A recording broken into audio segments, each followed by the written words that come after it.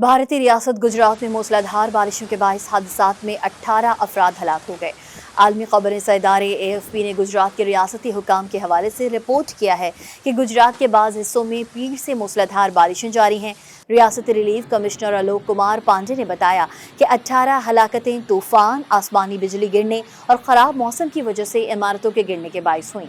ریاستی حکومت مکمل طور پر صورتحال سے نمٹنے کے لیے تیار ہے اور فوری امدادی کارروائیوں کو یقینی بنانے کے لیے بین المحکمانہ رابطے کو مزید مضبوط کیا جا رہا ہے۔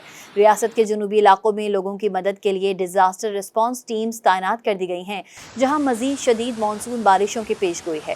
گجرات حکومت نے بتایا کہ بارشوں سے سب سے زیادہ متاثرہ علاقوں میں پالیتانہ اور جسار کے قصبے شامل ہیں، جہاں منگل کو 24 گھنٹے میں 867 ملی میٹر بارش ریکارڈ کی گئی، جبکہ ریسکیو آپریشن کے دوران بچائے جانے والوں میں 18 زرعی مزدور شامل تھے جو گداہدہ کے علاقے میں آم کے باغات میں پھنس گئے تھے۔ ان کے علاوہ 22 افراد کو سریندر نگر ضلع میں ریسکیو کیا گیا، جہاں دریاؤں میں طغیانی کے باعث سیلابی ریلے گھروں میں داخل ہو گئے، جس کے باعث لوگ محصور ہو گئے تھے۔